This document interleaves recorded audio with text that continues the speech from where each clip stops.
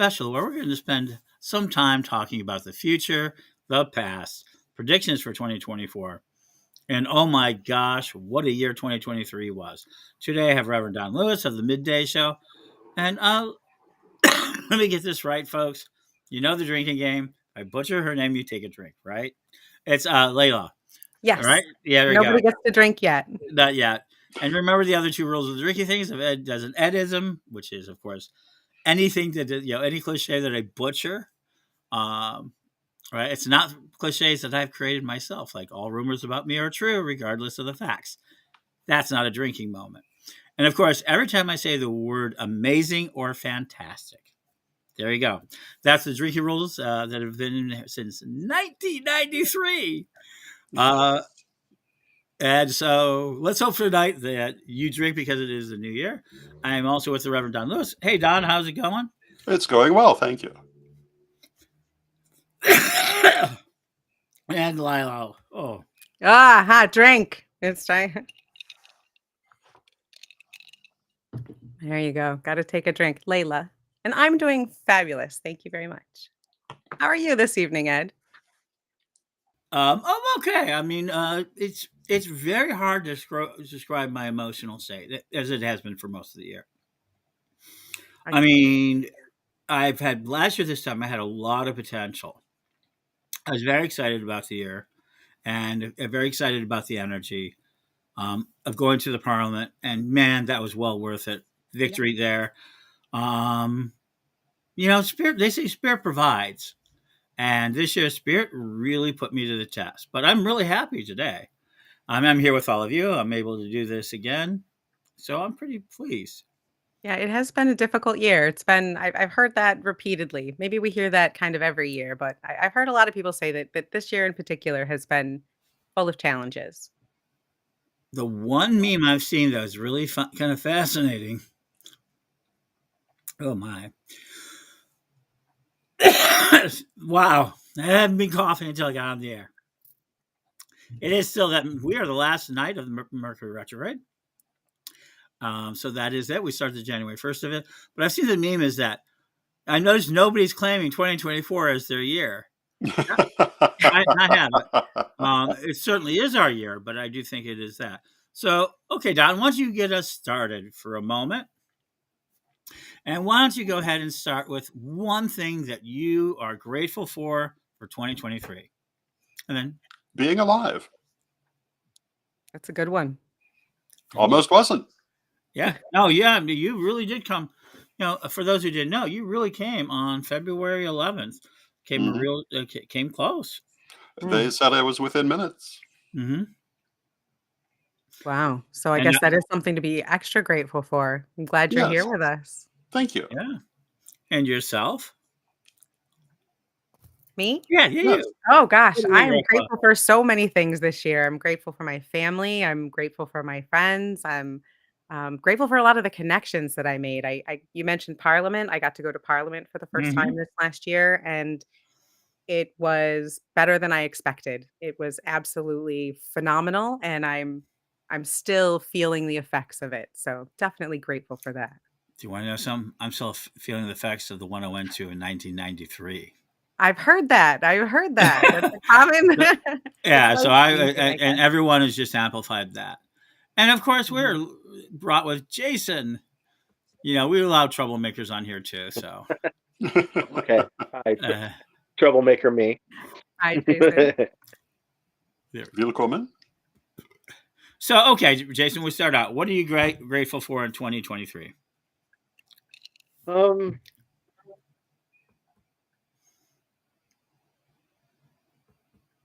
Being employed still.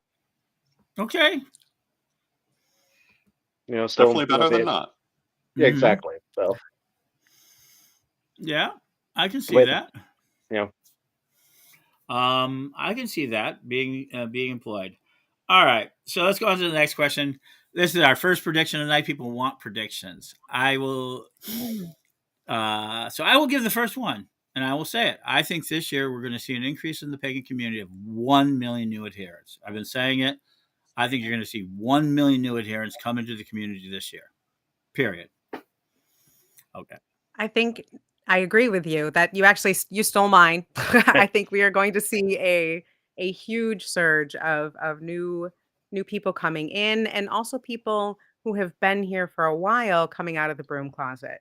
I think that people are very much going to, claim witchcraft and paganism, heathens, all of it, more so in 2024 than ever before. So I absolutely agree with you on that one, Ed. Yeah, So I'm there you gonna go. You put an extension on that. Yeah, absolutely. Don? I think it's going to be a very transformative year. I think in that way, as well as I think we're going to see some changes in how the community deals with things, um, and how it organizes itself. Okay. I think that could be a much needed change, a much welcome change. Yes, I'm hoping it will be a positive or a positive transformation. And Jason, there you go. Jump right in. What Okay. is your first prediction of the year? Well, today I did a tarot reading, and it had a lot of major arcana. So I think there's going to be a lot of, as Lord Dawn said, major change coming, and it's high energy, it's something major is going to happen. I don't know what, but something major is going to be happening this year. Mm-hmm. And today we're not, so people have gotten used to having the screen on the board because we have people in the chat room. So you can join us for our chat room. And Ceramic says, hello, Reverend Lewis. Hello, Jason Winston, Janet Winston. I'll just show these as we go along. There we go. And I thank everybody being part of this big podcast. I think this is probably, I'm grateful for family, job, money, and repair things, food on the table. I think that's an important one. That's something I have to restore. I lost my, I lost my entire revenue base. So I have to do that myself. Renee says hello. There you guys go. All right, so we're grateful for one thing. We 2024 is anything. Let's go ahead, and I'm going to ask Jason first on this one. Do you have a lesson you've walked away from?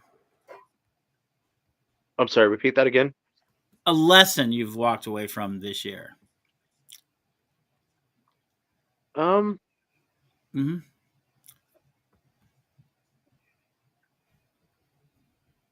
And welcome, Christine. Patience. Yeah. What I learned patience. I mean, and determination this year. That's the lessons I've had to learn this year. And Layla. Shh. There it goes. God, I don't do anything. Everyone's going to know my name by the end of it. That's one of the advantages of what I do. There you go.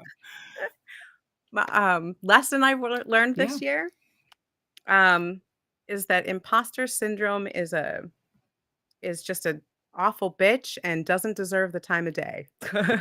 Just, do it despite that, I think. Maybe goes along with your determination, Jason, but don't let imposter syndrome win, I think, has been a big theme for me this year. I can understand that. It's taken me a long time. I mean, I will tell you, I probably have only really moved into Ed the Pagan, probably right during COVID is when I really got comfortable with it. But for most of my childhood, my adult life, I was what I called a grown-up pretender. I was and I visualize myself as a grown-up, like in the suits and everything else. I'm handling it from the inside, so I understand that. I guess my lesson is the road of hell was paved with good intentions. I now know what that means extensively. My road this year was a road of hell. I mean, no question about it. And I took all the rules. If you're walking through hell, keep your head up, proudful. It can't get to you unless you let it. But the idea that good intentions can lead to hell, the path, line the path of hell, was my 2023. So there's my lesson of the year. All right. That's a tough one. And we see, who's this? Show. Janet Winston says, I feel the same, that there is something brewing on the way. Can't say if it's negative or positive. Fair enough. Yes, I hear that a lot. You're not the only one, Janet. Mm-hmm. I've seen that in several of the groups I'm in. People's predictions for this coming year seem to be tumultuous at best, I think. Um, and it is an election year, so that's not surprising, but it does seem like there's something in the air. Oh, this week I did Witch Rising with some very Mhm. powerful female voices, and they're all saying that because it's an election year, it's extremely important. Voting is extremely. They're making it like you can't really realize how it is. And we have an early Happy New Year, but by the time you're watching this, you might be seeing it's Happy New Year. It's Right. always at any given moment in any given place in the world and anywhere in the multiverse, it's Happy New Year. So we're living that life. Yes. So I'm going to take you in a very strange, and this is going to start with Don because he's smarter than all the rest of us. And I don't mean that, but you are deeply knowledgeable. Yes. Okay, so we have this calendrical New Year, Yes. right? And then we have the Samhain or the Salmon or the Witch's New Year. Hmm. And the next month, on my birthday this year, the new moon's on my birthday, 61st. And it's the year of the rabbit going to the year of the dragon. We still have 39 days more rabbit. Rabbit. Right. Go rabbits. And then it becomes Chinese New Year, Hmm. which is on the new moon and things like that. Then we just had, I think, Hanukkah, which is also a passing of a new year. Mhm. And they have a different calendar. So in all of this, we as practitioners of magic, what should we be following? Well, I think it depends on your individual background, but Mm-hmm. I honor most New Years. I think of the calendrical New Year as the practical New Year. I mean, it's when in the real world we change the date of the year that we're writing down. But the liturgical New Year for many of us comes at Samhain. For others, for some it will come at spring equinox. For some, it comes at the fall equinox. In the Asian New Year, it will come in February. And I don't see any reason that you can't celebrate all of them. Each of them brings in its own influences. And I think it depends in part on whether you have any portion of that background or whether you practice the schools of thought that are connected with it. If you practice Asian astrology, for example, that New Year is very important. Or if you live in an area where it will be celebrated, Mm-hmm. might as well join the party. Yeah, and really Always a quick. good reason to party. And Jan points out that our birthday also is a kind of a New Year's Day for each of us. Right. Mhm. And Janet Winston says, my niece said she feels the same way about the former subject about the feelings of things coming. Yes. So I went Yeah. that out. Yeah, our birthday starts anew for me too. And I'm people don't realize it. I'm really into my birthday internally, but externally not so much. I throw parties. I've had parties. I've had great parties for my birthday. Wonka Fest or Wonka Gross, and I've had some major parties.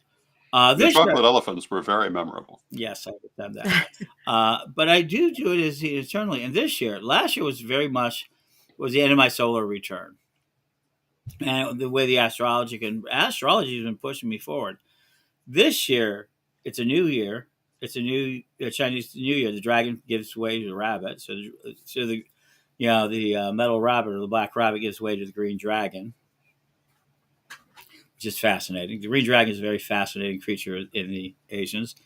And I've always seen my birthday as a way I measure things. I've always measured my things by my birthday.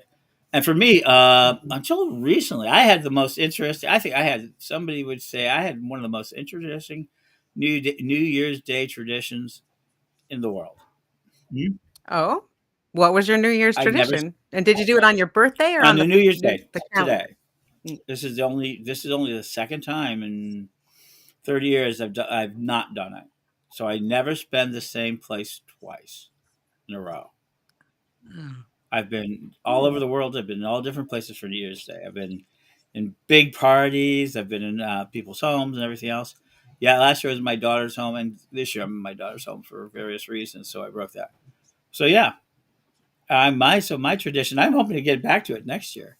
But I like spending Mhm. places with strangers, not just friends I know, but I like spending time with strangers on New Year's Day because it's the one day it comes down. Mm. You know, Reverend Don, you said something about how all of them are different. All these Mhm. different New Years are important for different reasons and bring like a different energy. And I completely agree with that. I also think that there's with the calendar New Year, there's so many people putting energy into that Mhm. of the ending of one year and the beginning of another, that just to tap into that energy around the whole world is such a heady thing. Mhm. There's all that transformative energy, all that belief already right there. Whereas with some of the other New Years, with Samhain, it's also there, but it's different, Mhm. like you were saying. And then with birthdays as the New Year, which I love that, and I think I'm now also going to celebrate that. Um, that also is a different kind. It's a more personal, closer energy, but another beginning of a cycle. Mhm. And we're all so much about cycles. I thought that was very interesting that you said it that Thank you. And we can interpret all of them for each person and get some very detailed information about how things are changing in their lives at different times, way. especially the birthday New Year.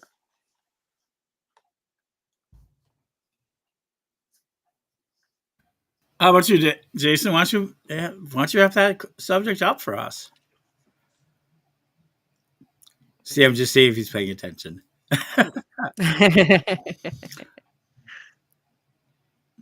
Um, I don't know. I honestly don't know, Dad. Okay, that's fair enough. Yeah. Um, one of the big things I think Jason, I think one of the things I saw Jason go through is a maturity game. This year was a lot more. Jason's always been a great worker, co-worker, second in command. But when he had to come up to first command, he no matter how much he struggled with it, he came through and was really good about it. So I'm always very appreciative of that of this year. Christian Higbus says I'm a rabbit too.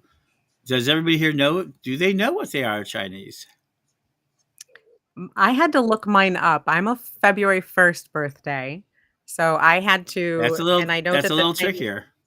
it's a little trickier. So I grew up thinking I was a rat until I Hmm. learned the Yep. actual when the new year was when I was Hmm. born. And I believe I'm a boar. Yep. Okay.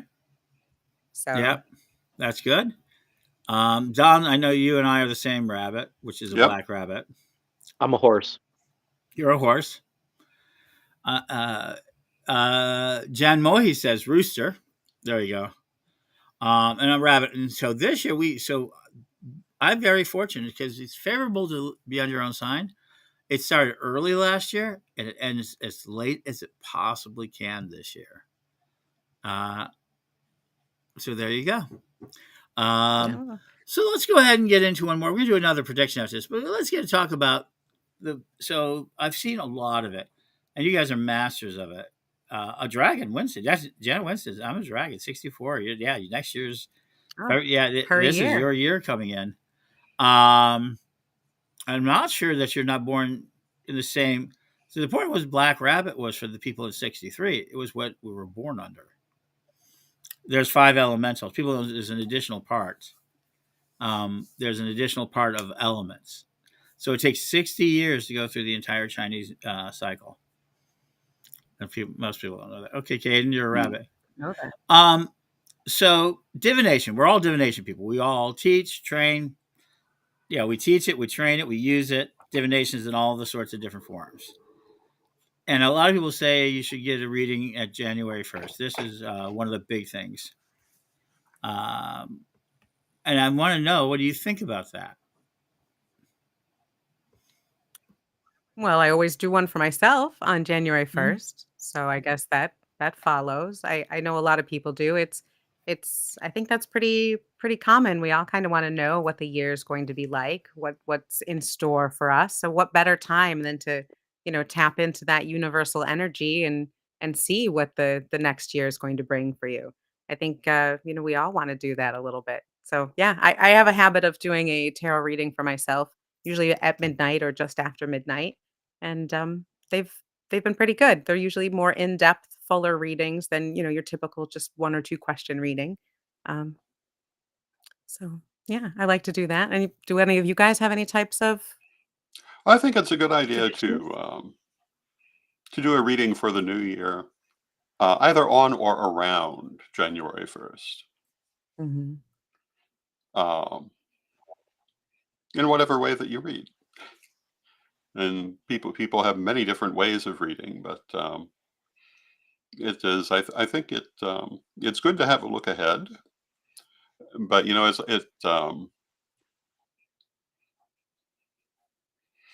the other side of that is that you get a peek at what's coming. So hopefully you like it. Hmm. I think there's yet one more side is putting the current year to Yes. bed. I part of that whole doing the reading for the coming year is going through my journal or monthly readings I've done for myself to see how the past year was and kind of, Hmm. putting that to rest, wrapping up those threads and then looking forward, Yeah. doing the reading for the next year. I think the idea of putting the old year to rest and opening the new year is a very important New Year's custom that we deal with in many different ways. I mean, one of the things people used to do was sweep out their houses during New Year's Eve and open the doors at midnight to let the old year out and the new year in, and things like that, as a way of making a symbolic end of one before the beginning of the other, which I think, we work a lot in symbolism. We work a lot in the spiritual meaning of things, even when we're not fully conscious of it. So, I think making that definite ending is a pretty good idea. And talking about the sweeping spell, that is the daily spell for the very first return. If you are part of Pagan World, you've received it in your emails as part of our daily, 45 days a week. We started it with the sweeping spell, the daily spell, thedailyspell.com. Yes, Yay! I'm very proud of it. We're bringing it back. 25 years, it is still chugging. Yes, indeed. I do think people don't understand. So, in the other side of it is the idea of grinding. We are grinders. Okay, so I'm going to ask you guys for another prediction, and this one is a very simple one. I don't want necessarily about community. I want to know, what do you think is going to be the most interest change in your technology this year?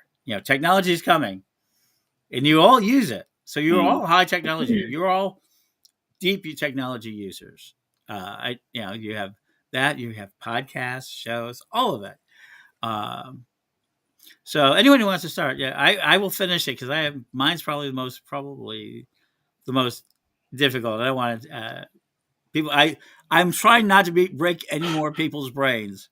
Not that you think it's a joke, but Well, I'm a podcaster and I and what's your use quite a bit podcast? of back on the Back, broomstick. and of course it is. Back on the And broomstick.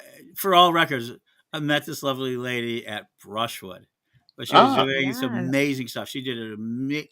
I don't teach it. I don't go to classes for it. People have asked me, why don't you teach it at the festivals? Because festivals are my vacation.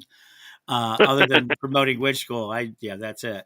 But she did a lovely job teaching it. I mean, it was amazing, and she Thank got some you. down. Okay, uh, continue. But yes, so I work quite a bit with the different programs, software, and I'm seeing quite a bit with AI. I know people are seeing this all over the place, and there's controversy, good and bad, with it. But for me personally, the tools that I've been able to use to assist just in Mhm. doing my work online has been amazing. It has helped me in so many different ways to streamline my work process, um, help give me writing prompts to help me keep things organized. It's just, and that's just the tip of the iceberg with what it can do and what Mhm. I've seen other people do with it.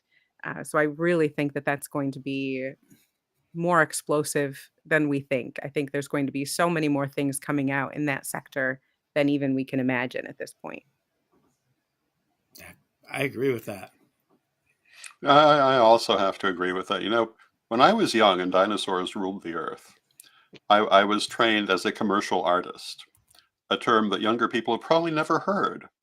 Because no sooner was I done being trained as a commercial artist than commercial artists ceased to exist and were replaced by graphic artists, which is a very different thing, doing many of the same jobs. But when I think about AI, I think about it kind of in those terms. It's another way of doing what we've been doing, Mhm. and it absolutely will be something if we wish to survive, we must learn to work with it, and I think will be a great thing. And I'm sure that I'll be using a lot more of it in the coming year. Mm-hmm. Your turn, Jason. My turn. Well, I think the advancements in AI, I agree with them both. I mean, I've already seen it change how blogs are posted automatically. You put in your suggestion and it posts it for you. No, I mean, automation is becoming more internet uh, steady. I mean, automation, how it revolutionized industry. I think it's going to revolutionize the internet. I mean, it's Mhm. creating more automation in post in how we think in things. Um, but I'm also messing with animation, how I Mm. mean, Mhm. taking the other day we were messing with puppetry.com and animating Lord Don's face and adding his voice into it. It did pretty well. I mean, you could definitely tell it was not him, but I could see it just becoming much more improved over time Well, on how it. when you think that it was just mere months ago, maybe less than a year ago, that it couldn't even replicate pictures very well or create that, and now it's gotten so much more advanced, so quickly, Hmm. exponentially quickly. Yes. I think it'll be pretty interesting to see what happens. So I will make my prediction on technology. This time year, next year, we will no longer be talking about AI. It'll be talking about will we allow a robot in our house? So Mm. it will be we will AI will absorb most of this year, but by this time next year, you'll be asking people will be asking. There's a company going to be is going by 2025 is going to be producing 1 million robots a year. Humanoid robots that we've been looking for, Rosies. Rosies are coming, and you're going to start seeing them in 25 and 26. So that's going to be one of the biggest questions we're going to see.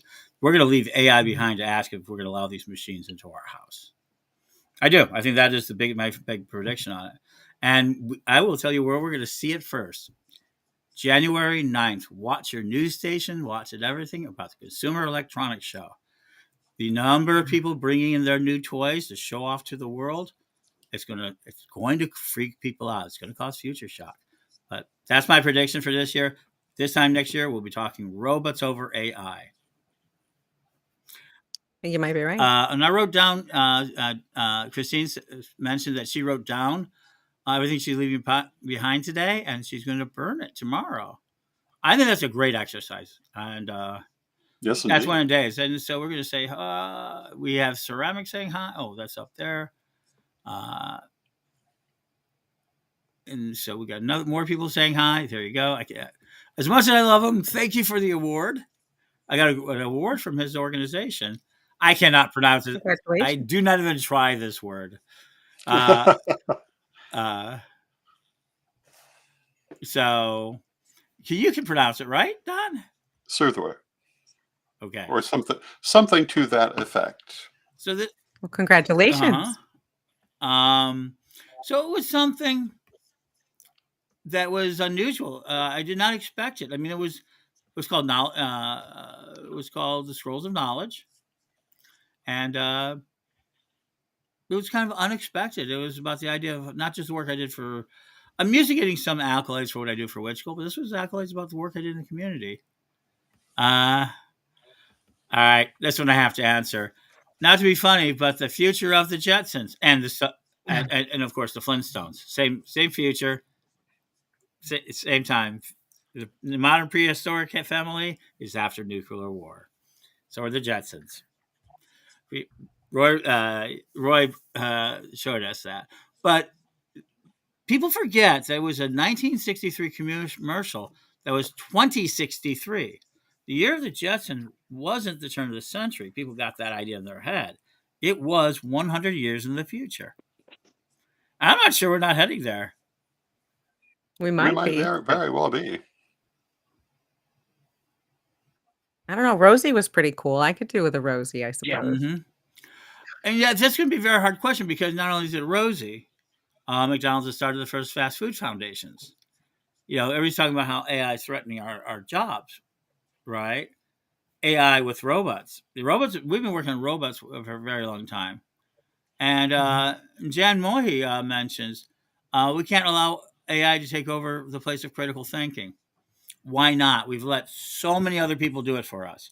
That is the very nature of the aristocrat. It's what we're going through now. That's the Christian right, right? Mhm. They're taking away it is. No, critical thinking has always been absurded for the majority of people by something else. Be it the king of the top of the mountain with his beautiful castle. We all praise the king's birthday, and we give him money and food, and he sends out the troops to protect us. We've always had somebody who's made more of the critical thinking than others. We've Uh, traded our critical thinking for safety and security, usually. Yes. and status. There's always a contingent of people that want someone to take that critical thinking task away from them. They would prefer not to do that work and have someone else just tell them. And that's, I think, a part of the problem is there's that contingent of people that don't want to critically I think. will Well, tell. Go ahead. well, I was going to say, I think the other thing is that critical thinking isn't necessarily a natural trait. It's something you have to be taught. And a lot of people are not taught it. Their parents don't know how to think critically. How could they teach the children? The teachers don't know how to think critically, not really. So how do they teach the students? Even if they were to be allowed to. It's something that has to be developed. And it's very much a skill, not a natural trait. And I think that anything we can do to increase it will be good. Mm-hmm. But I think that we make a mistake if we think that it's automatically there. Good point. And it's always been true. I mean, how much critical thinking did that they had to hand over to 1, 2, or 3 men to build a pyramid? When you build tall buildings, you have to hand over a lot of control of the entire area.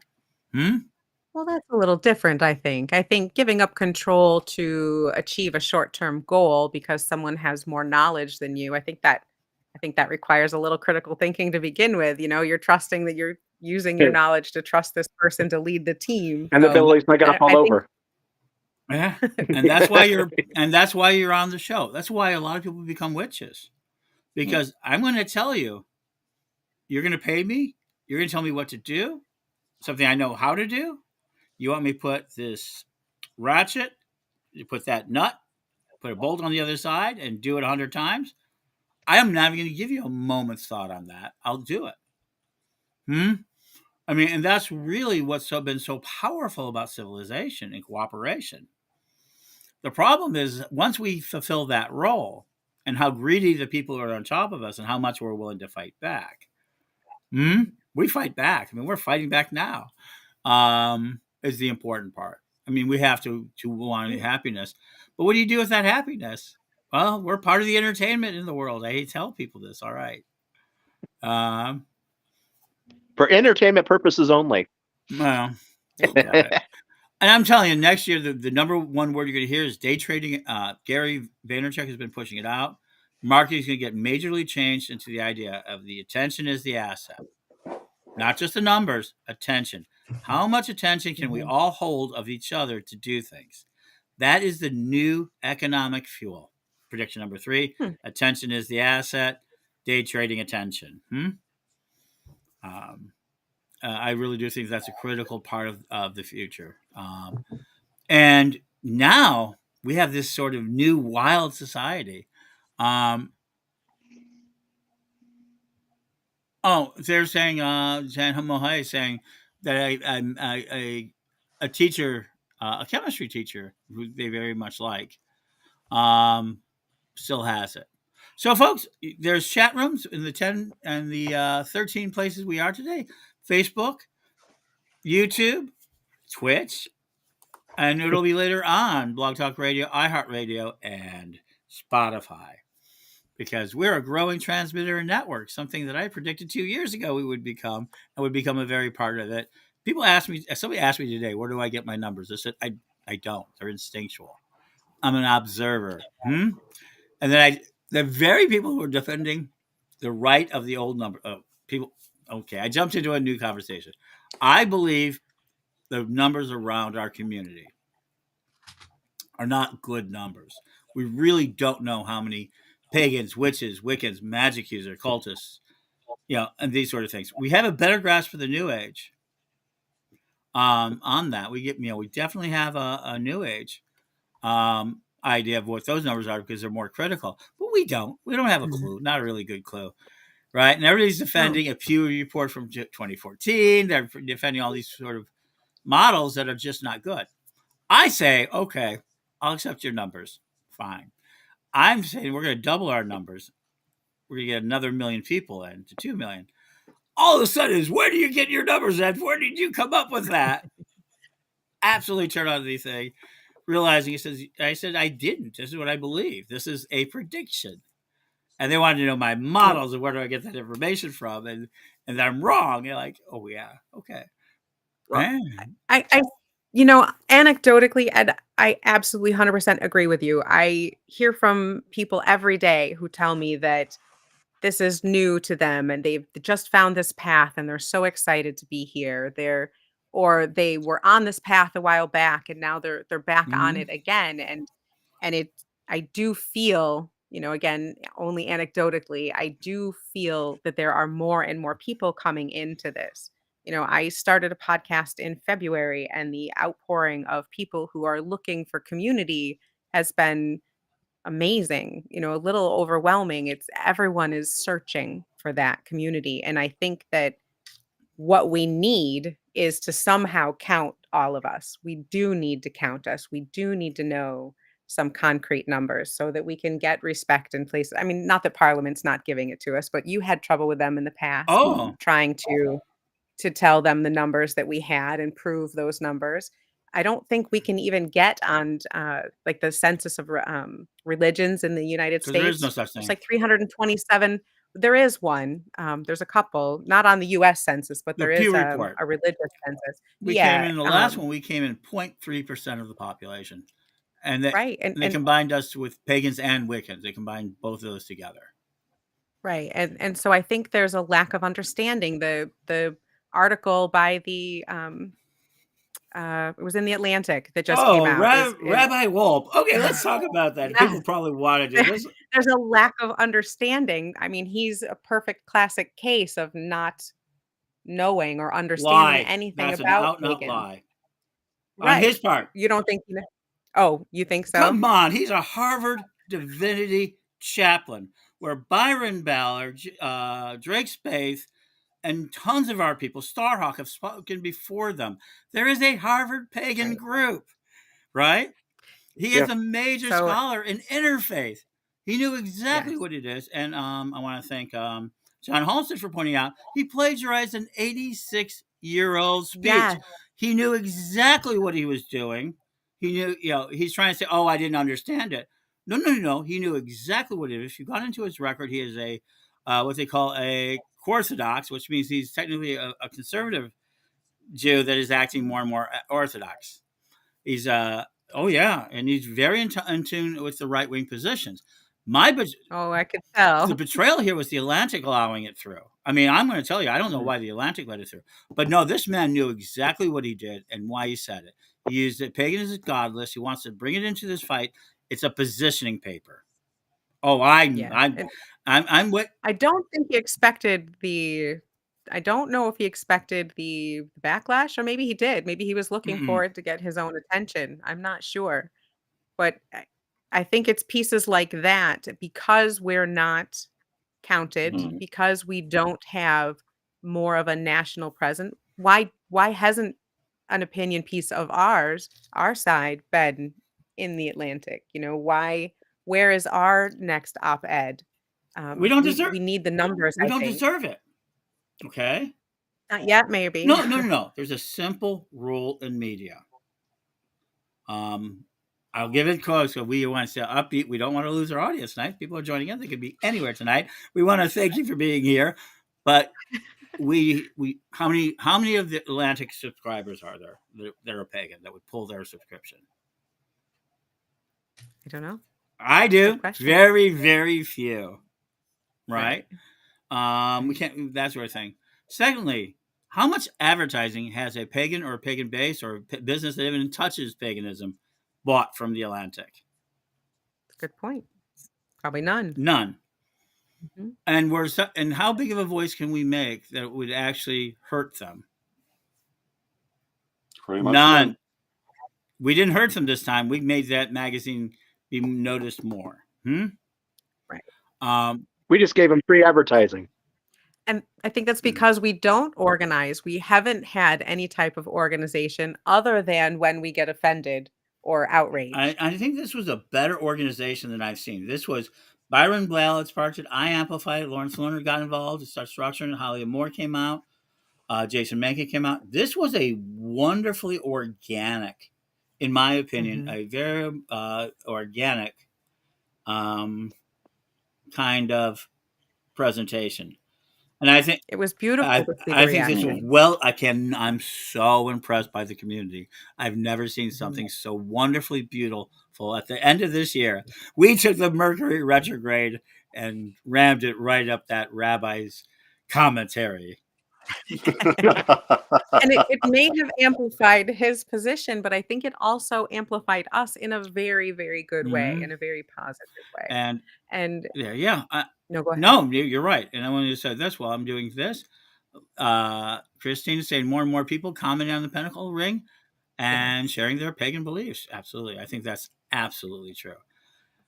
More and more people are comfortable wearing it and comfortable coming out and having that, whereas we didn't in the past. It's been, I know people when I first, started on this path that would not, they absolutely refused to wear anything that would identify them as pagan. So that's definitely a positive change. And we're going to do this. We are introducing our next speaker of the night. Welcome joining us. All right. Don can pronounce it. Siddur? How do you pronounce it? So Kierwe. Okay. That's going to take some work. I'm not even going to try. Right. Happy New Year's, guys. I'm leaving for a bit. Okay, great. Bye-bye. Wait, before you leave, one last thing. So before anyone leaves, what is the blessing you're looking for next year?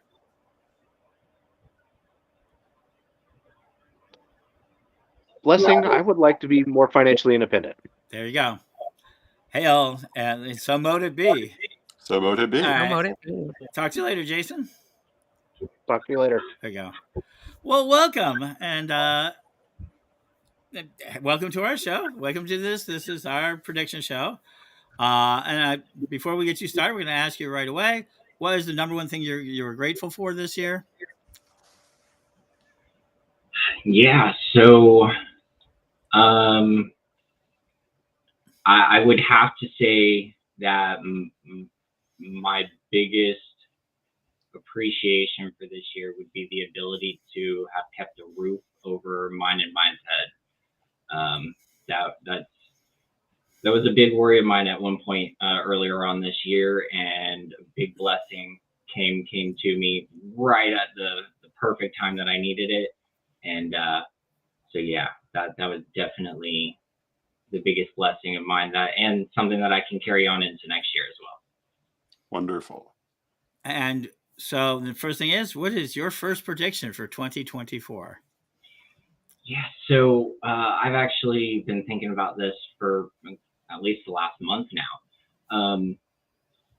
I've noticed that since 2019, about mid to late 2019, that's when people started coming into their own, starting their own internal quest. throughout. See, we're coming up on 4.5 years now. I see that people have established themselves spiritually, internally, and now with all that's really happened this year, people cementing themselves in their beliefs, their stances. Spiritually, now in 2024, people are going to start doing so within our physical realm. They're going to start standing up for themselves more, standing up for their beliefs more, speaking out more. That's more of what I see. Terrific. Well done. And so let's get on to it. You did something I think that lifted a lot of hearts unexpectedly. It lifted mine. And a lot of people around me were like they were both shocked and impressed. I want to thank you. I received a scroll of knowledge from the Sacred Path Tradition Seminary. I got that right. Yes. Sacred Path Pagans, yes. So we, over the last couple of years now, we've actually opened it up to the public. We offer various recognitions.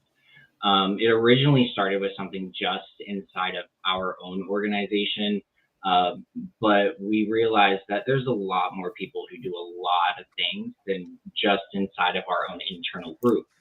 So 2 years ago, we opened it up to the public, and what we do is 2 months previous to December, we open up a form to the entire public.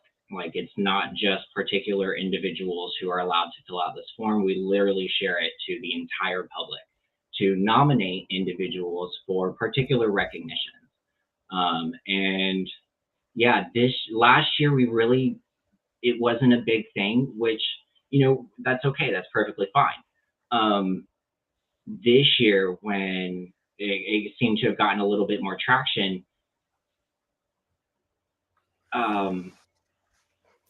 yeah, I would have never imagined the impact, especially just 2 years into the public, that it has made. Like, it literally touched my heart. That's wonderful. It certainly touched our heart, and it was very unexpected, which was the best part. Yeah, Now this. oh, I'm so sorry. Go ahead. Oh no, I'm sorry. So could you tell us a little bit more about the award that was given, or Yeah, All of them. so because I'm not familiar. I'm not very familiar with this. yeah, So yeah, absolutely. So the one that Ed received was the Scroll of Knowledge, and that is actually awarded through our seminary, Pagan Path Seminary, to individuals who put a emphasis or even just work with other educational organizations within pagan guidelines. There's a lot of Christian, or not just to pinpoint them, but they are a larger one. There are other organizations out there who have their own religious educational institutions or other organizations that help out a type of educational institution that are religiously oriented. And we don't really have anything like that. And one thing that I've noticed, and many other people noticed as well, is that Ed does aid in pagan education, not just for the Karelian tradition, not just for witch school, but for a variety of pagan organizations. And so he definitely deserved that award. Mary, let me pull it back up. Let's see. There is. I believe it was the Mary Stand of Wisdom.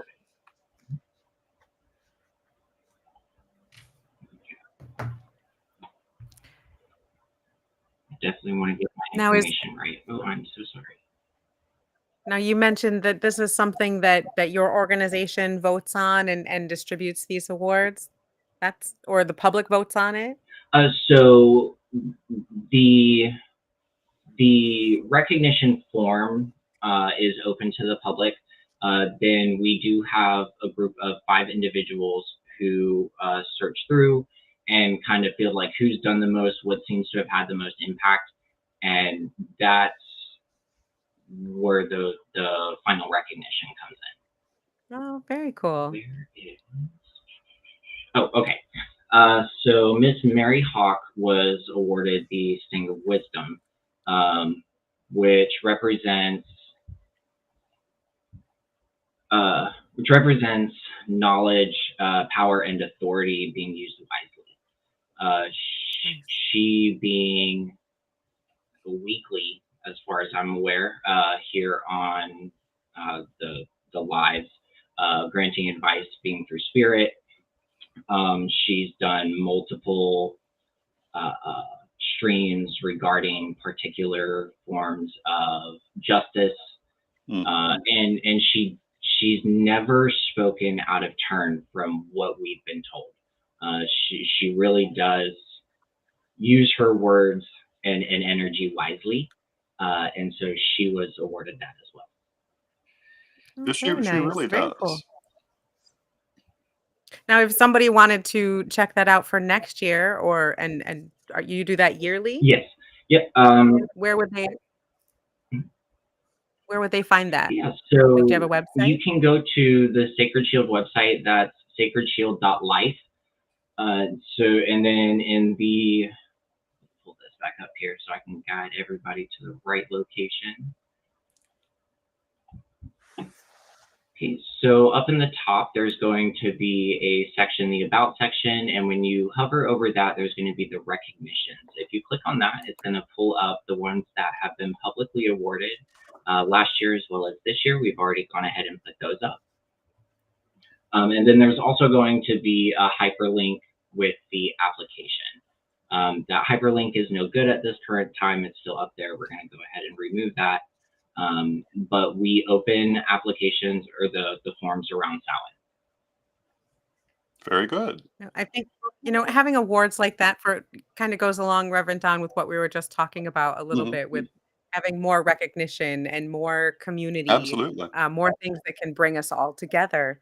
I think having things like that where we can recognize each other and recognize good things that people are doing in the greater community, I think that'll go a long way towards really helping to bring us all together. I think So that's I very think that's true. very cool. And for people who do work in the community, being recognized, I mean, they don't do it so that they'll be recognized, but being recognized is always a little demonstration that what they're doing matters, that Mhm. people are affected by it, that it's helping their lives.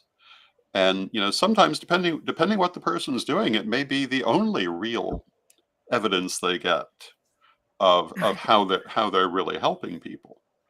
Because if you're Mhm. doing like a podcast or something, depending on how much of an interaction you have with your audience, you may or may not know how people react Right. to it. There are people who have far more impact than they realize. And of course, there are also people who have less impact than they think. But, but we're speaking more about the first group.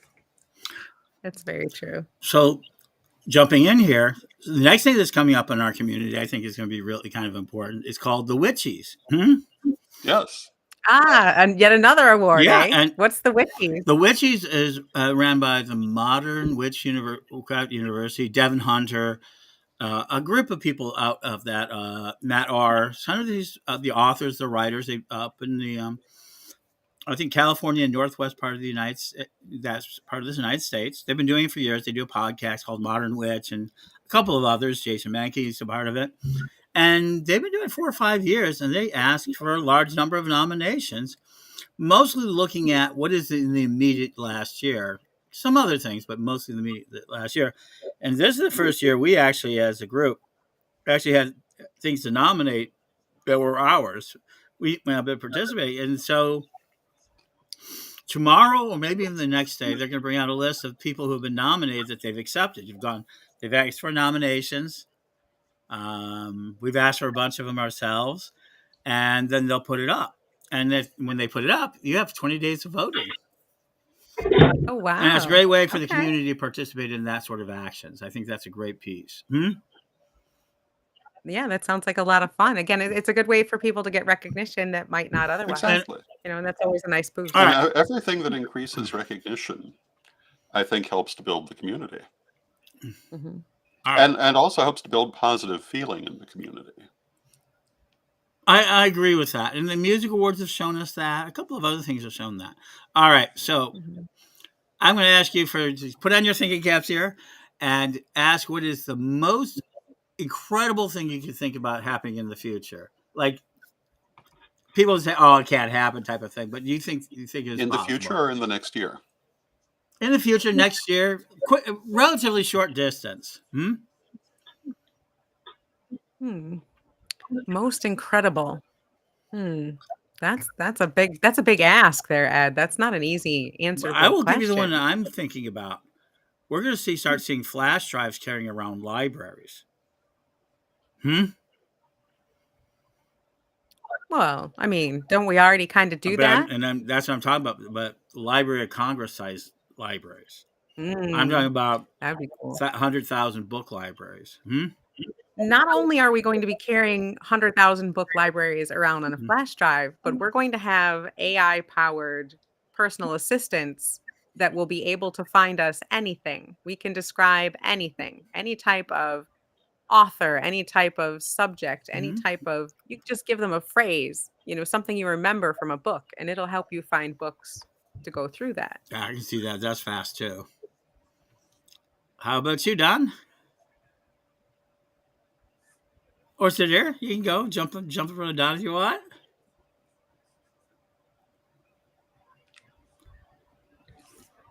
Pregnant Well, I see, pause. was big going to question. say, Okay. for the metaphysical / pagan community to focus on our commonalities and the things that could bring us together rather than the things that keep us apart. That'd be fantastic. And again, talking about awards like this is one of the ways to do that. Mm-hmm. Maureen saying that for the pagan temples to Mm-hmm. return, I do think we're going to see, kind of along with what you were saying, Ed, about having more people, another million or 2 million pagans. I think we will see more festivals, more established groves, circles, churches. I think there'll be more. I have something to say about that. If this really does come to pass the way it is, where we made our mistake before, we actually have had a wave that we predicted of 100,000, and we were absolutely correct. And we saw that. But last but not least, Yeah, so I'm actually kind of piggybacking off of what Reverend Don had said, because that was the first thing that popped into my mind was true community. One of my favorite quotes, I use it on my Facebook, I use it on my personal website, is there's more that connects us than what divides us. And being able to have a true pagan, witchy community without recognizing any sort of boundaries or differences. That is what I would like to see. Like I understand that we all have our own particular traditions for a reason. But when we come together and in our group, those boundaries, those walls need to actually fully come down. That's what I want to see. Over the last 20 plus years, yes, we have been getting there, but I'd like to see a bigger step. I agree. so last time I saw a surge like this, I've seen 4 of them in the community now, and this is the largest one yet. I saw it in the 90s where we were doing magazines and radio shows. Everybody said they couldn't be done, they weren't viable, but we had a on the ground magazine. And I had when I started my radio career, Psychic Chicago radio that gets into your mind. You're referring to Green Egg as the magazine Oh, or a no. No, different one? ours was called the Round Table. The Yours. Psychic Chicago Oh, Mind, yours. we did Yeah. over 100 editions. And there were dozens and dozens of other people all over the country doing these magazines. In the 80s and the 90s, we were very and that's where Don really got involved. And we did the Round Table, 100 issues. You know why we stopped? For the Daily Spell, which began again today. Yeah. Because we saw another surge that we couldn't get past. We could never supply enough paper. and the Mm. attention was to these internet. And we were one of the very first internet magazines. Hmm? Yes, we were. Yeah. And so and then we went into Witch School, and that was that whole surge in the early 2000s. And then we saw, and we basically grew all through that. We've never seen that stop. But then at the beginning of Facebook era, there was an explosion people didn't see. And that's where the numbers get really, really fuzzy for us. Because what's a real connection? What's a real group member? Whatever. Because we've connected so many more times than people said. And because now the internet has become, and we're starting to sort ourselves out, I think that we're now facing, and what has happened at each of these times that we've seen surged? Not Unrest. enough teachers, not enough teachers to take people on, and that they get channeled onto all these different groups. These groups try to get more and more people, and instead of looking outward, they start sheep raiding. That's what we call it. I hate to say it, but we want to take the members from the coven next to us, and that got to be put on a national level. But at the same time, we saw so many people shedding away into the nons because we didn't have anybody to serve them. This time, we have to be ready to serve them. We have to connect them, and now we have all these different patches. I think that's a very valid point. It's the connection that people are looking for. They're looking for teachers. They're looking for connections and community.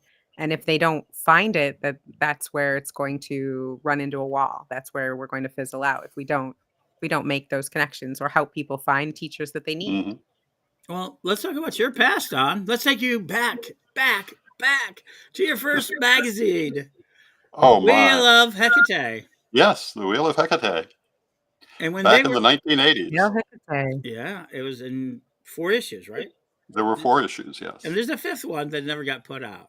Yeah, the 5th one is sitting in a box, I believe, in my storage space. Well, Mhm. no, I think it's here in the office actually. Mm-hmm. The lost issue. The lost issue, the issue on sexuality. Yeah. With What'd you put that in the closet for? my mother died, and I ended up in I'm sorry. mourning, and by the time I came out of mourning, everything had changed. Mm-hmm. But we had some great articles for that issue. We always had articles from Paul Barrel, from Grey Cat. We had articles from Silver Ravenwolf, who had only just become Silver Ravenwolf at that time. Previously, she'd been Silver Raven or Ravenwolf, depending on whether you were talking about the writer or the artist. We had a lot of interesting things that unfortunately never got published. But you also had the Wiccan Pagan Press Alliance. Yes. Hmm? Yeah, there was the Wiccan Pagan Press Alliance, which became big was founded around that time, became big for quite a while, and many different magazines were part of that. And it was an attempt to try to unify the efforts of the pagan press, which was a significant force at that time. Today, it's barely remembered that it was there, but it was the internet of the day. And if you got copies of those magazines, preserve them. They have value. Yeah. And they'll be more and more in the future. I used to, I did a special very early this year called My Career in Pagan Journalism, I think it was. Yes. In which we talked about a lot of those old magazines. I mean, I went through decades, one by one, and talked about how things had changed. And showed some of the old artwork that I used to do, because I was doing artwork for like 90 different magazines back in the 80s.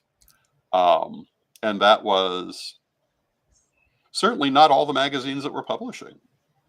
But because I couldn't extend to do all the magazines that were publishing, nor did all of them use artwork, which is what I was mostly doing. Right. But what was interesting to my mind, in some ways, we had a somewhat more diverse community, at least in some of its voices then than 10 years later. There came to be a lot of emphasis on trying to have a more uniform outlook, which I don't think helped anyone. Okay, so we're going to go on. This is New Year's Eve, 2024, an 8-year. Tomorrow is actually one day, the first 7 days of the numerology. Actually, the first 9 of them are all single digit. 1, 2, 3, 4, 5, 6, 7. 8. So it's a sequence, which means it's supposed to flow. In numerology, anything we imagine and out there. So if you could grant somebody else's wish for the new year, what type of wish would you want to grant? Ooh, if I could grant somebody's wish. Mm-hmm. Wow. Well, let's see. Whose wish would I want to grant? What would I want to grant them? That's pretty heady power there. I'm starting to feel like Glinda the Good Witch over here. Be like, We still have not held a court on if Glinda's a good witch or not. She's a damn great. is that up for debate? is up Yeah, for I can see debate. where that would be up There's for a lot debate. up Yeah. for debate. She brought in a young girl that helped her lead a house to kill a witch. Said She strapped some shoes on her feet that she could not get off against her will. Yeah, I'm thinking that's pretty she hid the fact that pretty she could have gone shady. home at any time she chose to, and then Without telling her that not part. tell you She could have apart, told her and that ended part. up her discrediting the wizard as well as the death of her fellow witch. Are these the actions of a good witch trying to save Oz, or a master Hey. manipulator? She's pretty. She was only doing it for the good of the kingdom. There you go. That's obviously since she's pretty, she Mhm. couldn't be bad. What are you thinking? In the words of the song, she was popular. There you go. She's the popular. So, she's the and we're popular going to give one. Christine Higginbotham the first answer to this question. Well, if you could grant a wish for others, for someone else, what type of wish would you want to do? And she said, my wish for the near future, it would be just as easy to find a pagan temple as a Christian church. Yes, preach There you it. go. I love That's that. great. That's a good one. Mhm. All right. Are you guys ready to try this? All right. We're- I'm Okay, ready. good. Go. Mostly ready. Okay. Let's see. Someone else go first. I gotta think for a minute. Glinda over here needs some time. So I'll grant you my wish. I wish that everyone takes command of their AIs. Ooh. Take command of your AIs. I wish everybody can take control of their own AIs. They're cheap. They're free. This is a land grab. This is the 1949 gold rush. We can name it all the different things it is, but it's that moment. I like that. I think I'm going to go back to when I first said that, taking control of imposter syndrome was a Mhm. big one for me this Yeah. year. So I think I'm going to say that my wish for other people is that, that they can really find the strength to do things badly. Find the strength to get up and do it anyways. Get dirty, get messy. Don't be afraid to do it badly. Get out and just do it. So that's my wish for people is you'll Mhm. find the spark and the strength to just do it. Just do it badly and have fun with it. That's it. That's great. There you go. Yeah, some ought to be. Linda has Yeah, spoken. There you go. you're pretty. It works. See, I'm not evil. popular. I'm not evil. See? There you go. There you go. I'm just gonna keep saying that. Okay, Sudhir.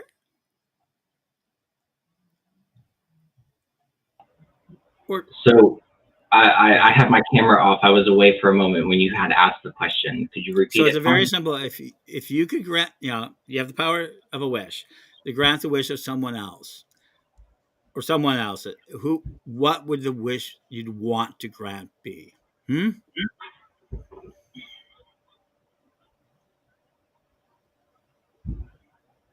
See, and you're pretty too, so it can't be evil. That's right. There you go. Well, what you want? I'll give you a second to think out. Don, why don't you go ahead? I think I would say to be able to express, for people to be able to express their personal message within the community in positive ways, particularly through things like artwork and music, original artwork and music, in the manner of the Goddess 2000 project. I like that. Art in all of its forms, whatever form that takes. I like it. Well, art is one of those things that stands up through generations. Sometimes it long outlasts the movement that gave birth to it. And sometimes it keeps movements alive. If we look at Art Nouveau and artists like Mucha, their artwork is still widely admired, but no one would describe themselves as being part of the Art Nouveau movement today. But it keeps their ideals and their conceptions alive and in people's minds to some extent, and has more than once brought some of those ideals back into common usage. So artwork and music are both very powerful tools that are often ignored. Okay, it's a good wish. Thank you. Yeah, so when I hear the term wish, my mind kind of jumps back to the childhood fairy tales, and I immediately think of wishing for one's heart's desire. However, then my mind starts to think, well, sometimes our heart's desire is not always what's best for us. So I think mine would be granting the wishes that the universe knows is good for the individual who's making that wish. I like that. I Mm. like that. Like a wish that your higher self can grant for the greatest good. I like like that that. too. Most people so for me, wish magic, and I do very much mean it. There you go. Of course, while this is out, there was a mention of the fact that you are beautiful, not pretty. Thank you. Thank you. I believe you can be both, but but that I understand what they mean. They didn't. Nobody ratified the fact that Sadir is also pretty, as we mentioned in this. No one mentioned your comments of your looks, Don. So, Cherry old. Duggan, Gene Griffin. Will they show this? No, they will not show a GIF. If you send a GIF in the chat, they will not let me put it on the air. All right, and this is I'm late to the party. Well, welcome anyway. Brilliant idea. Welcome, New Fire Year. Snake. There you go. Pretty is for rookies. Okay. There we go. All right. So All there right. you go.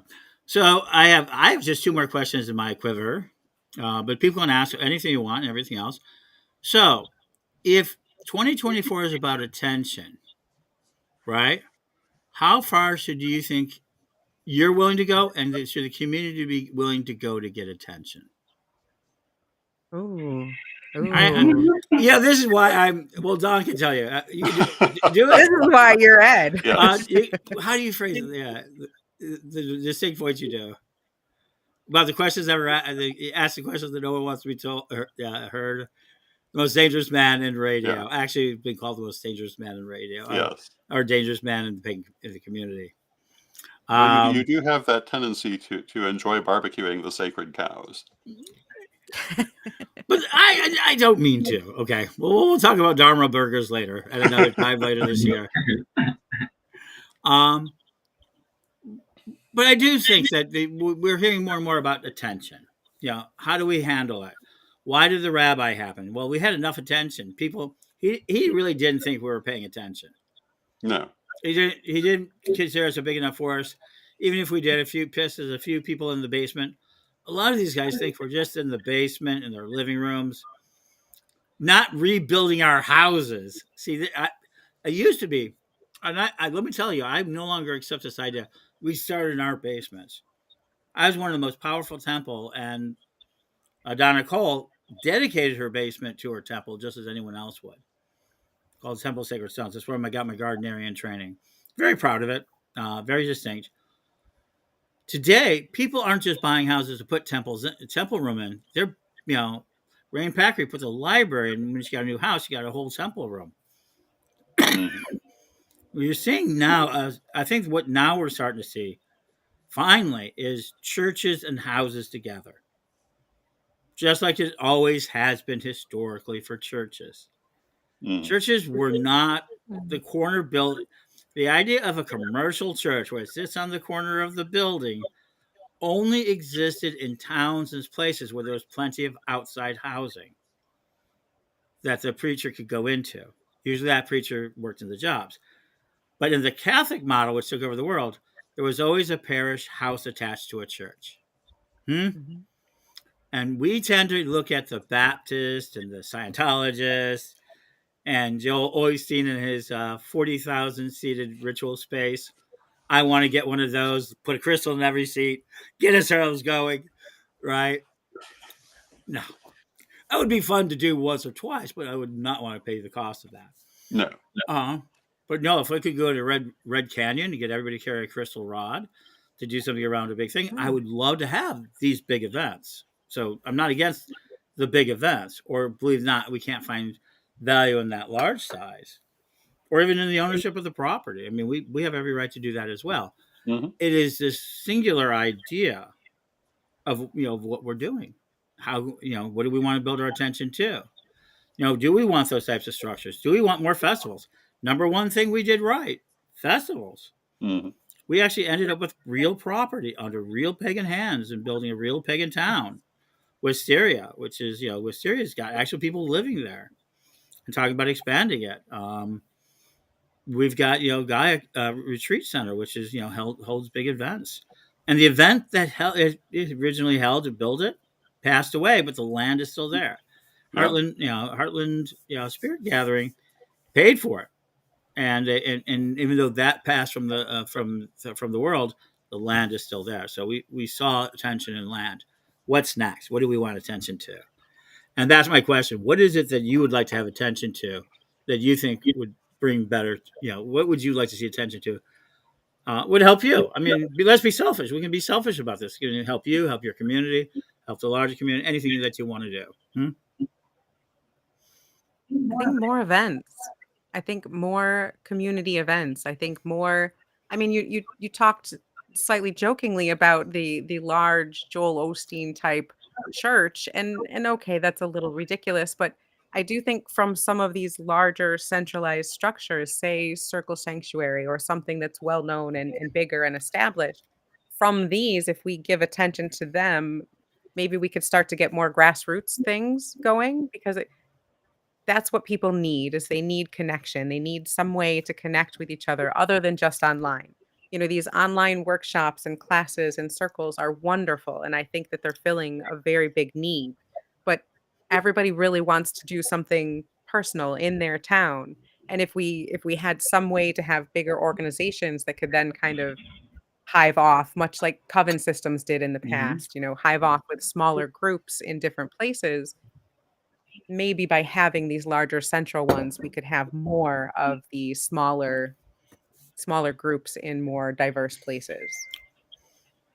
I don't know. That's but good. More You don't have groups, to say more festivals, more ideas, more in-person connections and opportunities for connection. we're being very And bold. So yes, yes, this is the only thing you should do. And here we go. There you go. And Christine points out one of the best events, the St. Louis Pagan Picnic, which is of course where we met Christine and have met her many times. Oh, it has number one festival we've taped. Yep, wonderful event and a wonderful model. And I think I think the social model is the way for larger events to follow. That can cross all traditions, can cross all different backgrounds, because it's not dealing with that. It's dealing with our social identity, with bringing many groups together in one place in a kind of a low pressure situation. I think that probably is the most hopeful way to build larger events. I think that, and if I'm jumping on anyone, just stop me. I tend to talk a lot. We But want you to. You're there. Throw elbows. Come on. when I was learning, I started out as a solitary, as many of us did, in the 80s and 90s. Then I moved to central New York, southern tier of New York, And there I accidentally ran into the most amazing group of pagans I have ever met in my life. And I want to recreate that. Everyone needs to have that. It was a group of diverse people, different covens, family Mm, traditions, solitaires, every different type of witch, pagan, heathen you could mhm, imagine. And we would get together on every Sabbath. We would get together every different people would call the rituals. We would get together on land that was owned by one of, someone who was part of the group, and we would experience different rituals and different weekend, intensives, and it was absolutely amazing. There was such a wide variety of people to learn from and to work with, and they would go home and do their own circles and things by themselves, but we would come mhm. together as a community 8 times a year, and unfortunately, it was awesome. It was the best, and I don't think I appreciated it as much when I had it because I guess I thought it was going to be more common. I thought that that was something. I mean, I just stumbled upon Mhm. it. This must be everywhere, and it's Oh, not, no. and it should be. We I don't know what magic was there to allow us all to come together like that, and What was willingness? maybe, I mean, when maybe I it was became stubbornness, involved maybe. with the Northeast Florida Pagan Leadership Coalition, my Mhm, advice to them, based on my experiences with the Chicago Pagan Leadership Coalition, was that those who want to work together should, and those who don't want to work together should not. That if you bring together the ones who want to have community, who want to work together, you're going to have far better results. And there are in every community people who do want to do that. But Mhm. what happens is that there are also often people who, for whatever reason, don't want to do that. Maybe they're afraid of the competition. Maybe they can't stand other points of view. mhm. Um, but they will often work very strongly against it.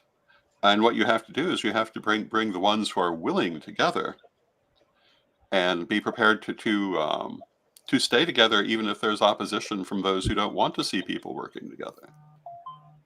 Mhm. I think there needs to be a core, at least, of people, leading, Yeah. people who can show by example that we can all work together Hmm. possibly. I'm not sure, And they but need to have thick I skin. miss that kind of connection. Yeah, thick skin for sure. So I have a statement to this. I have now looking at says I don't care about the no's. If you tell me no, right, and I think you mean it, I'll leave you alone. If Hmm. it's no and maybe it, I'll give you one try at it, but I don't that. I'm only looking for yeses. I only look for yeses. If you say no, I believe you and I let you go ahead and there. I just told somebody the other day on my own page. They were like arguing with me over this, and it says, "Well, it was about the idea of needing more education, more of a central community through a Hmm. directory." And I'm talking Mhm, connected, not unified. He tried to argue, "Oh, you just want to unify?" No, I just want to connect you. And because there's a very big power in networking, you know, mhm, if I can create a system that is like maybe pagan bias, so the numbers in it are pagan bias, but a telephone has no politics. A communication line has no authority. A Hmm. communication line has no innate ability to command anything. It simply exists like our cell phone numbers, like our connections here on Restream, as a way to reach somebody that is going to either help you in some way or give you some information or maybe has something that you need or want or maybe they have something you have something they want. The pipes are dumb. People don't understand the pipes of the world. The internet is dumb. It's intentionally and purposely dumb. It has no opinion. It has no authority, right? It's Hmm. only the device at the end, the website, the service, whatever, and you. And so the more ways we have these connections, the more ways we can serve each other, but the pipes won't try to get us to do anything. Yeah. And that's what I want to build. I want to build these powerful pipes that move across the world.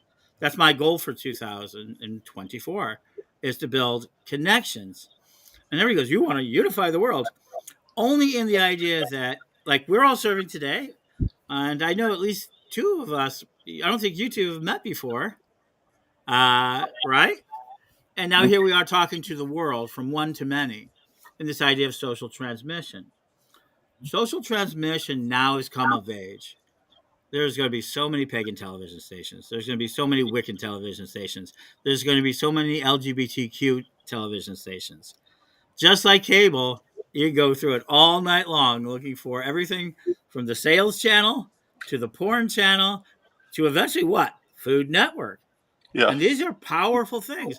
They may sound silly, but somebody's going to win that most attention. And we're now Well, it's not Home silly. shopping It's just we porn. are all going to end up at the Food Network. That's the point. Right. That's where we all end up. And the I Cookie mean, Channel was the enemy, and they thought they were going to come Right. up there. They competed for years, and then they brought in the Iron Chef show from Japan. That was it. Food Network won. Yep. winner. Anytime you have competition, when we have competitive pagan game shows, I guarantee you'll see more people watching it, and we're going to head there. The only thing we haven't figured out in the community, we have more television stations coming on this year. We had two, arguably 2 years ago. Now we have 5 or 6, plus others using other resources coming on. Well, with YouTube and TikTok, we have, I can think of 3 very prominent witches on YouTube who essentially have their own television channels that Absolutely. are reaching Uh, hundreds of thousands, if not millions of people and doing a beautiful job at it. I think Yeah. they're doing a great job already with what we have. Not necessarily a TV channel, but it's pretty close. Oh, it's all pretty close, and that's what I mean by we have to get connected. That's what I'm saying. That's the difference between connection, which is my goal this year. I want to connect 1 million pagans this year, versus the idea of unity. Right. There's no value in unifying you guys. It makes you one big single target, and that's truth. I'd rather keep everybody decentralized. At the end of the day, that's going to save us all. All right, so I think let's go ahead and begin wrapping this up. We've talked about blessings. We've talked about predictions. We've talked about the fantastic. We've talked about the mundane. Right. So what is? I think the last prediction is a very small prediction, right? Or maybe blessing, or whatever you want to call it. But what do you think people can do themselves, just themselves, this year, to make not a resolution, not a habit or anything else? I mean, it can be, but what is it that they can do for themselves to make New Year's Day and every day after better?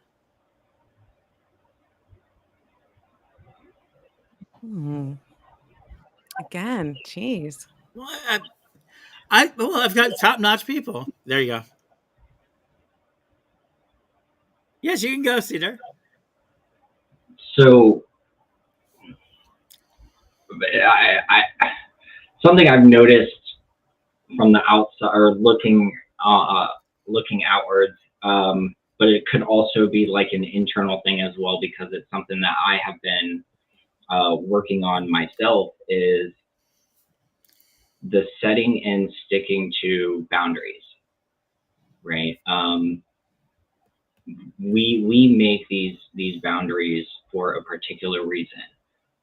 It's not to cut something or somebody off, but it's just to make our lives more sane, easier to walk, especially because our paths are difficult enough already.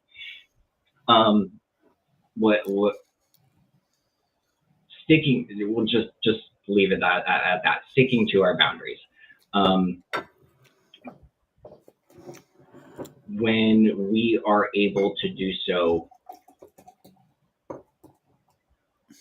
we'll be able to much more easily find our inner peace. And I think that individuals who are strong enough to, or have been strong enough to create those boundaries, can also find the strength to stick to them. That's a good one. Boundaries can be very difficult. And so having, I think paying attention to them, New Year's is a lot about intention setting. And if you, I don't know, just kind of pay attention to setting those boundaries and have that as something that you're putting your attention towards, I think that can really help, because sometimes I forget, like you get involved in something and sometimes those boundaries can get fuzzy maybe and slip a little bit, but if you put more intention to that and really focus on it, I think that can be very helpful for a lot of people. So I know that's something I have trouble with personally. And it's just like anything else that we work to create. It's not something that's going to happen immediately. It is going to take time. It is going to take work. But through that time and through that work, that's something that becomes a more foundational. hmm Yeah, I think that doing something intentionally every day, an intentional act, if it's in the morning, in the evening, but for me, that's been something, excuse me, this past year that has been really good for myself and my practice has been being very intentional with something. For me, it's been a morning routine, a morning ritual that I do try to do every day and put it and be as intentional as I can with it. And so I think being more being more intentional with my actions, finding particularly if I can one thing a day to really focus on, slow down and pay attention to um, for myself. I want to try and continue that for this next year. It's just being much more intentional with myself and with the things I choose to do. I think I would say being clear on what people really want. People Mm, often think they want one thing when unconsciously they sometimes want something very different. So I think bringing their conscious and unconscious together to be clear on what they truly want to avoid the crossed wires that we sometimes end up with would be a very positive thing. mhm, Okay, so I'll give my last one. Mine. I'm going to tell everybody it's the acceleration of the acceleration. Everything's about to move a lot faster than you think. And if I've trained anything, those people don't realize it. I know some of the leaders of some of these big corporations. I trained with them. I did everything, but my religion always got in the way of me making money. mm, I did everything that I did. I did it for my faith, my practices. And I walked away from being right a lot. And I'm not going to complain about it, but Don can advocate for this. Mhm. Huh? Yeah. But I would do my faith, and my faith would always the people around me would crumble, and we saw that in 2023. Mm. Because not because we did anything wrong. Byron Ballard explained it really well to me. We followed a traditional pattern, which was a pyramid, a tower, and towers aren't holding anymore. So anyone who builds in a tower, sure. Tower Time by Byron Ballard, listen to the last week's show if you haven't heard it. And so I'm in a really aggressive, accelerative mode. I know that I've panned for gold before. I've won some of it, largest tradition in the world, did a lot of it.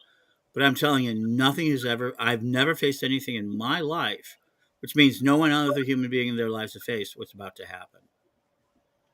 And I'm going to be extremely accelerative, and I'll probably step on a few toes. And you guys are a part of it. I mean, you guys are all doing what I call the disruptive processes, the moonshots, podcasts, a seminary, a licensed seminary. Can you talk to me a minute for about that? That's an extreme achievement this year that people aren't talking about. You're a licensed seminary for your state, accredited. I mean, which school is this? There's license, but you're an accredited seminary, right? No.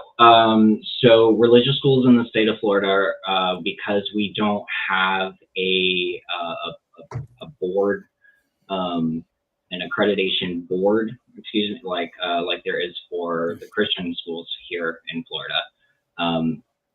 We are not actually accredited. What we do have is a letter of exemption from the state of Florida Okay. Commission of Independent Education. What that does is it allows us to legally provide degrees as long as they do have a religious modifier. This is actually our third year that we've had it. Yeah. It is an extreme accomplishment. Mhm. That is a great That's accomplishment. amazing. And that's what's Congratulations. something That's worthy. fantastic. So, folks, this is it. I want to I'm gonna give each of you a last word. Let's see if I can do it. Nope, I'm not even gonna try. Layla. Yes. Well, happy New Year's, everyone. Happy 2024. I hope all of you have a joyous, adventurous, wonderful year filled with magic and love. And, may at least one of your wishes come true, if not more. Cedar? Happy New Happy Year. New Year. Cedar? Well, first off, thank you for this spontaneous bringing me on to today's show. It was definitely a joy. Everybody, I hope you have a fantastic and safe New Year's. May you and yours be joyfully and prosperously blessed. Thank you so much. A Happy New Year, everyone. And ride the dragon. Yeah. Wow, right. That is it. Yes. Coming 2010, 2024. So let's take a few minutes for ourselves. Yes. Those were lovely guests. Yes, they were. Spontaneous, energetic, and I you know me, I love to have the surprise. Mm-hmm. So let's talk a little bit about us, our teams, our ideas. Enter the Dragon. Mm-hmm. I saw somebody just put that in there. Yes. Joanne, there we go. And let's go ahead and talk about this really with quick. a cute little dragon emoji. Yeah, I love that. And Happy New Year, everyone. This is it. This is the last statement. So let's ask the big final question of the year. Where is your health at? I think everybody wants to know. Why don't you just go ahead and give us that answer? I know you didn't expect that. Again, it's a hard question. Well, it's certainly better than it was. Late last year, I got some new medicine that has been very helpful. Mm-hmm. And I'm still not entirely sure what the future holds, but I'm going forward, and I seem to be going forward steadily. So I'll take that for now. Good. And I figure. And so, what's your next project out? Reverend Don's Book of Astrology. I'm noticing that you're bringing out books a little bit quicker. Is there a reason for it, or is it just simply time, or is this what you promised in retirement? Well, it's kind of that probably is the closest to it. Mm-hmm. It's an aspect of having retired from the more active parts of some of my positions. I have a little bit more time to do that sort of thing. Mm-hmm. And of course, we also just brought out 40 Spells to Better Magic. Before that, the Corellian Book of the Dead, Travel Magic. We brought out a number of books this year. And really quick in the new year, we're going to be talking more about those books. We're going to need today. This year is the reality show piece, but let me go ahead and be honest with you guys. I think this is the year for the reality show. I don't think people understand how independent I've become. They're used to me and you being a team. Mm-hmm. But we're not the team we were. We're completely restructured. Yeah. You have a team to support you, and you're still doing the Corellian publishing and the Corellian books and everything else. Mm-hmm. But people don't realize you're not taking an act, and you're on the air every day. Yeah. You're being incredibly supportive. You're in an editor position, but people have been saying, "Oh, isn't Don?" People are asking, "Isn't Don in charge or involved?" No, this is really scary for me, folks. But no, Don is not making those decisions anymore. They're not making the choices. Mm-hmm. And people have always gone with this strange idea of, Swami Ed and Zombie Don. Okay, let's take Don out of the picture. What am I going to do? I think I'm surprised Don how bold I'm getting. But I think the biggest, most important event of the year, by far, you can talk about later in the year for October, December, but the biggest one for this year, before Halloween, is the Corellian Lustration. Yes. Why is it going to be one of the biggest magical events you've ever seen? Well, from a Corellian point of view, it's the first double investiture in 45 years Mm-hmm. and a major changeover of energy. Investiture. What do you mean? Most of our people aren't going to understand it, and they've been on for a while, and they're tired. Um, well, the seating, the investing of the new first priesthood, Lord Phoenix and Lady Alyssa, and it will be happening at the same time, which has only happened once before in Corellian history, and that was 45 years ago, Lady Crystal and myself. Mm-hmm. And Lady Crystal and I are still retired in office. We're still there. But Lord Phoenix and Lady Alyssa have been confirmed by the Witan, so they're fully seated also as First Priesthood. And they are the active First Priesthood. It will be a major change and a major event. Well, if you don't get the transfer of energy, it really has a lesser effect, doesn't it? Exactly. I will argue That's what makes the ceremony important. It is a transfer of energy. A big transfer of energy. Mm-hmm. I'm looking. One of the things that's been very, very hopeful is to see the extent to which we'll call it the egregore of the office has already reached out to them. Mm-hmm. But the investiture is the official linking to that. Mm-hmm. And yeah, it's a thing. It makes a difference. So I think it does too. So find out more about it. Don will be talking about it on his midday show and everything else. Oh, yes. But this is the reality show. Me and you could stay on here for another 7 hours if we chose to. We could. Or we can go ahead and turn it off and say, decide to come back in an hour, a week, or a month. Not only that, but we can put people on here 24 hours. Mm-hmm. I don't think people understand how incredibly important this moment is.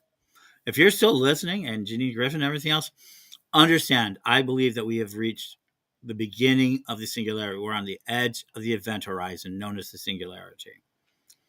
And I think we're ready for it. We're right for it.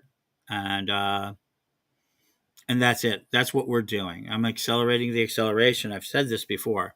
Mm-hmm. But me being independent, I'm just clergy number 4. And really, the Corellian tradition is now taken over by its own members, by its own students. Mm-hmm. And that's the new first priesthood basically grew up in the tradition. Isn't that amazing? It is. And the legal structure went across, and everything has been beautiful. Now we do this investiture. Largest amount of jewelry you're ever going to see. You're going to be seeing so much magic. I mean, Spring Mysteries is one of those beautiful, beautiful sets. And I think anyone who can get out to the ATC's Spring Mysteries should. Mm-hmm. But you can only come to the investiture once. That's true. This is a unique event and a unique energy point. I'm so excited about it. It just turns me on. The last thing like this was 45 years ago. And even between those events, there is considerable difference. And so by the next time something like this happens, it could be 40 years or more. Mm-hmm. And it could also be very different at that point. So this is a one-time event in the way that it will be. And let me offer another thing that's going to happen there, and I'm hoping that it does happen, is I'm bringing the stones from the Parliament of the World Religions to the lustration. Yay. And those stones were in ritual. And we scattered. And Lori did something that was very symbolic of what was about to happen. She scattered amethyst everywhere. Yes. Quite accidental, intentional. Depends on how you believe my magic works. and between now and then, we're going to absorb the energy across America. One of the earliest reports when we captured the energy of the lunar eclipse, the solar eclipse,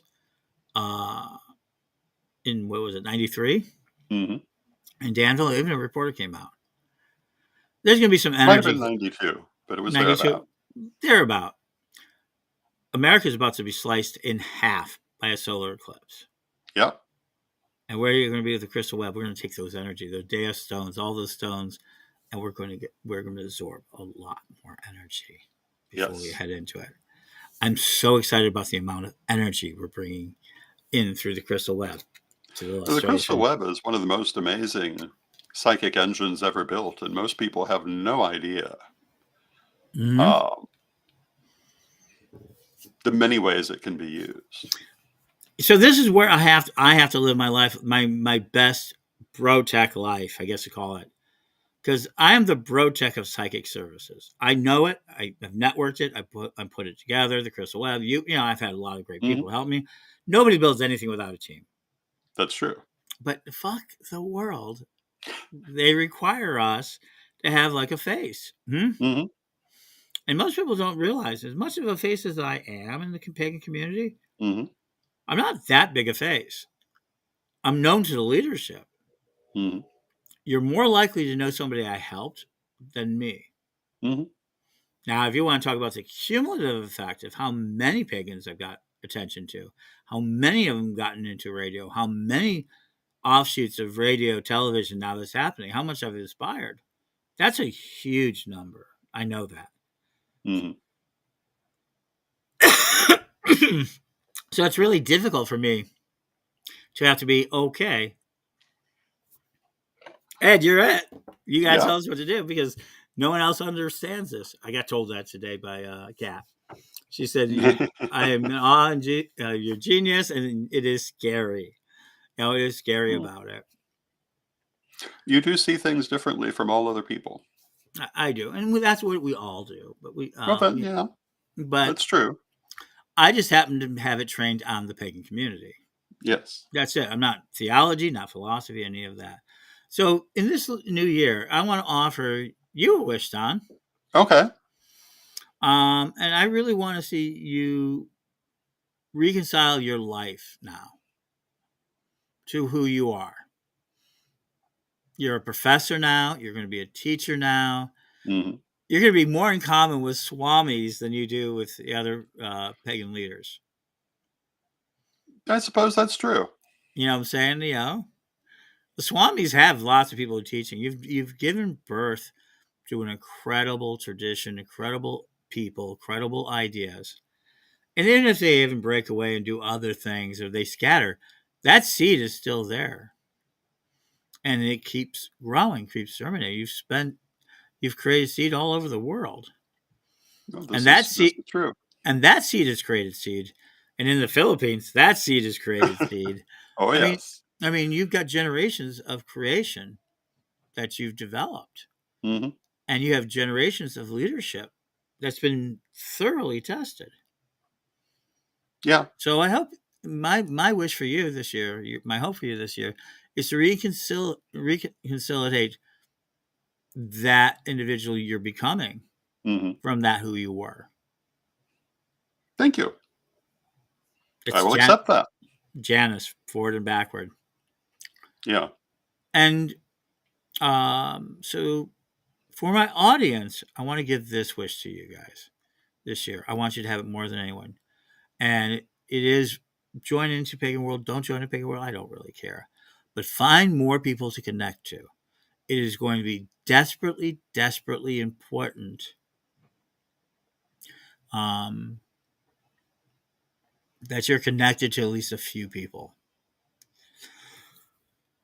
Of course, I cough in the middle of this. But I mean this. Hmm. You need to connect with somebody. Try to join one of Byron Ballard's groups if you connect with her. Selena Fox. Out there. I think Joe Frost is really good, who's Temple Church. Don Lewis is good.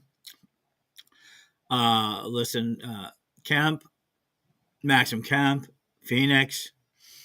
Going out to Belladonna and Brenna and Grace and Dusty and all them out there. Sidwin down in Florida. D down in Florida. There's hundreds of people, thousands of people that you can connect to directly, even if you don't work with us. But we've got to get connected and connected fast. And that's my wish for you, that you get connected and feel more community. And for me, you guys don't already realize it, but I'm about to create the technology I'm about to bring online for people. When have I not brought you the future? That's true. What is my magic? I love the future. And with that, I want you, Don, to give us the final blessing for the night, and off we go. Divine Mother Goddess, Divine Father God, beloved ancestors, we thank you for all that you do for us in our lives, and we thank you for all that you have brought to us in year 23, for the lessons, for the joy, even for the pain, for these all are part of life. We ask you to help us now to carry forward the good things that we have gained and learned and leave behind us all that is not helpful as we move into the new year, and help us to achieve our goals in the new year and to have happy and joyful lives. Beloved Mother Goddess, beloved Father God, beloved ancestors, we thank you with great love and respect, and knowing you are always with us, but from respect, we thank you for your presence, and may it be blessed now and always. And we will be back soon on Pagan World TV, Pagan World Radio, and Pagan World, the project that's going to change everything. Blessed be. Blessed be.